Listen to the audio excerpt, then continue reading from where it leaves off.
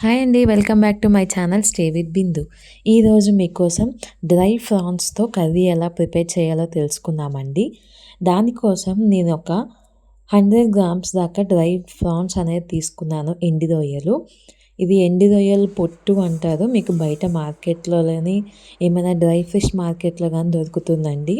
దీన్ని first wash చేయకుండా ఒకసారి మొత్తం ఫ్రై చేసుకోవాలండి. కళాయిలో వేసుకొని మొత్తం ఫ్రై చేసుకున్నాక కొంచెం క్రిస్పీ సౌండ్ మనకి అనేది సౌండ్ వస్తుంది. మొత్తం తీసి ఒక ప్లేట్లో వేసేసుకొని మనం 3 టైమ్స్ వాష్ చేసుకోవాలండి మొత్తం. ఎందుకంటే కొంచెం మట్టి దాని మీద ఉన్న పొట్టు కూడా కొంచెం మొత్తం పోతుందండి 3 టైమ్స్ వాష్ చేయటం వల్ల. ఈ కర్రీ చేసుకోవాలంటే అండి మనం ప్రాపర్గా ఈ ఫ్రాన్స్ అనేవి మనం బాగా వాష్ చేసుకోవాలి. లేదంటే మనం కర్రీ చేసుకున్న తర్వాత తినేటప్పుడు ఇసుక అనేది మనకి తగులుతుందండి.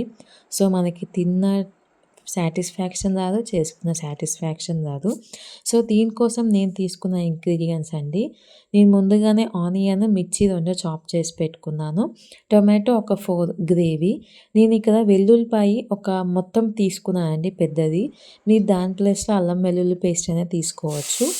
మళ్ళీ ఒక కళాయిలో కొంచెం ఆయిల్ పోసుకొని తాలింపు గింజలు వేసుకొని మనం ముందుగానే వాష్ చేసి పెట్టుకున్నాం కదా ఎండి రొయ్యలు, ఇవి కూడా ఒకసారి వేసి మొత్తం ఫ్రై చేసుకుందాము. అదే కళాయిలో కొంచెం ఆయిల్ పోసుకొని ఉల్లిపాయలు, పచ్చిమిర్చి మనం యాడ్ చేసుకుందాము. ఇది బాగా ఫ్రై అయిపోయిన తర్వాత వెల్లుల్లిపాయలు అనేవి యాడ్ చేసుకుందామండి. ఇవి కూడా ఆయిల్లో బాగా ఫ్రై చేసుకున్నాక బాగా ప్రాపర్గా అయితే మీరు వెల్లుల్లిపాయ వేస్తే ప్రాపర్గా ఫ్రై చేసుకోవాలి. టేస్ట్కి తగినంత సాల్ట్, కొంచెం పసుపు యాడ్ చేసుకున్నామండి. దీంట్లోనే నేను ఈ ఆయిల్లోనే అన్ని స్పైసెస్ వేసేస్తున్నాను.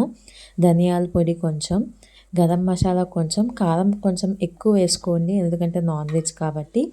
దీంట్లోనే మనం ఎండు రొయ్యలు మొత్తం వేసుకొని ఆ కారం, సాల్ట్ అన్ని మసాలాలు ఫ్రాన్స్కి పట్టేలాగా బాగా మిక్స్ చేసుకున్నాము.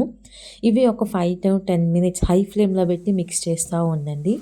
ఇది అయిపోయిన తర్వాత దీంట్లోనే మనం చాప్ చేసి పెట్టుకున్న టొమాటో ఉంది కదా, టొమాటో కూడా యాడ్ చేసుకొని ఒకసారి మూత పెట్టేసుకొని కొంచెం కుక్ అయిన తర్వాత వాటర్ అనేవి యాడ్ చేసుకుందాము. మనం గ్రేవీ కావాలి అనుకుంటే వాటర్ యాడ్ చేసుకోండి, గ్రేవీ అవసరం లేదనుకుంటే వాటర్ వద్దండి.